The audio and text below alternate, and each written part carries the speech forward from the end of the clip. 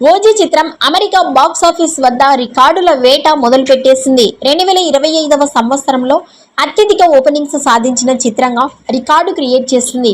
ఇటీవల రిలీజ్ అయిన కూలీ సినిమా రికార్డులను అధిగమించింది.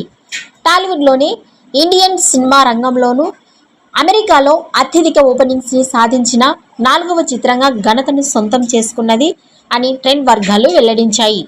అమెరికాలో టాప్ 5 సినిమాల్లో ప్రీమియర్స్ విషయానికి వస్తే కల్కి చిత్రం $3.9 మిలియన్ వసూలు చేసి టాప్ 1వ ప్లేస్లో నిలిచింది.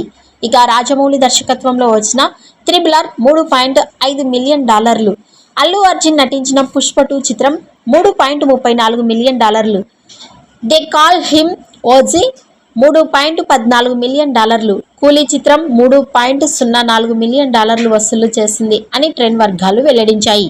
యుఎస్ఏలో తొలి రోజు కలెక్షన్స్లో ఓజీ సినిమా అమెరికాలో తొలి రోజు గ్రాండ్గా ఓపెనింగ్స్ని సాధించింది.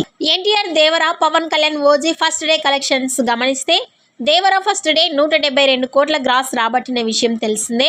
ఓజీ ఫస్ట్ డే 154 కోట్ల గ్రాస్ కలెక్షన్స్ని రాబట్టింది. యుఎస్ఏలో దేవర $3.5 మిలియన్ ని రాబట్టింది. ఇక ఓజీ సినిమా $3.4 మిలియన్ ని రాబట్టింది.